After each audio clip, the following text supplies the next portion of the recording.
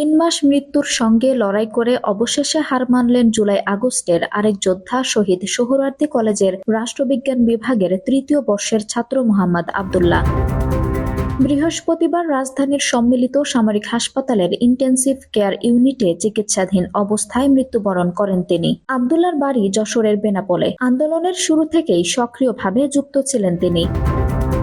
বৈষম্য বিরোধী ছাত্র আন্দোলনের স্বাস্থ্য বিষয়ক কেন্দ্রীয় উপকমিটির সদস্য সচিব তারিকুল ইসলাম তার মৃত্যুর তথ্য নিশ্চিত করে বলেন, আমাদের ভাই সহযোদ্ধা আবদুল্লাহ আজ শহীদ হয়ে গেলেন। ইন্না লিল্লাহি ওয়া ইন্না ইলাইহি রাজিউন। ফেসবুকে তারিকুল লিখেছেন, শহীদ আবদুল্লাহ ৫ আগস্ট বিজয়ের পর সন্ধ্যা ৭টার দিকে গুলিবিদ্ধ হন। ঠিক যে সময়ে ঢাকার কোটি মানুষ বিজয় উদযাপনে ব্যস্ত ছিলেন, সে সময়ে আবদুল্লাহ মাথায় গুলি নিয়ে ৩ ঘণ্টা রাস্তায় পড়েছিলেন। এক পর্যায়ে কেউ তাকে sir Salimullah medical college Mitford হাসপাতালে নেয় এবং পরবর্তীতে ঢাকা মেডিকেল কলেজে আনা হয়। তারিকুল ইসলাম বলেন, বাংলাদেশ নৌবাহিনীর সহায়তায় তাকে ২২ আগস্ট ঢাকা সিএমএইচে স্থানান্তর করা হয়। প্রাথমিকভাবে কিছুটা উন্নতি হলেও কিছুদিন পরেই তাকে লাইফ সাপোর্টে নেওয়া লাগে। এরপর থেকে আজ শহীদ হওয়ার আগ পর্যন্ত লাইফ সাপোর্টেই ছিলেন আবদুল্লাহ। আল্লাহ আমাদের শহীদ ভাই আবদুল্লাহকে কবুল করে নিক। ৩ মাস মৃত্যুর সঙ্গে লড়াই করে অবশেষে হার মানলেন জুলাই আগস্টের আরেক যোদ্ধা শহীদ সোহরাওয়ার্দী কলেজের রাষ্ট্রবিজ্ঞান বিভাগের তৃতীয় বর্ষের ছাত্র মোহাম্মদ আবদুল্লাহ।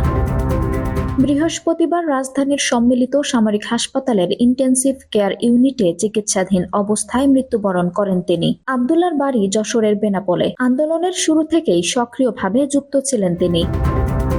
বৈষম্য বিরোধী ছাত্র আন্দোলনের স্বাস্থ্য বিষয়ক কেন্দ্রীয় উপকমিটির সদস্য সচিব তারিকুল ইসলাম তার মৃত্যুর তথ্য নিশ্চিত করে বলেন, আমাদের ভাই সহযোদ্ধা আবদুল্লাহ আজ শহীদ হয়ে গেলেন। ইন্না লিল্লাহি ওয়া ইন্না ইলাইহি রাজিউন। ফেসবুকে তারিকুল লিখেছেন, শহীদ আবদুল্লাহ ৫ আগস্ট বিজয়ের পর সন্ধ্যা ৭টার দিকে গুলিবিদ্ধ হন। ঠিক যে সময়ে ঢাকার কোটি মানুষ বিজয় উদযাপনে ব্যস্ত ছিলেন, সে সময়ে আবদুল্লাহ মাথায় গুলি নিয়ে ৩ ঘণ্টা রাস্তায় পড়েছিলেন।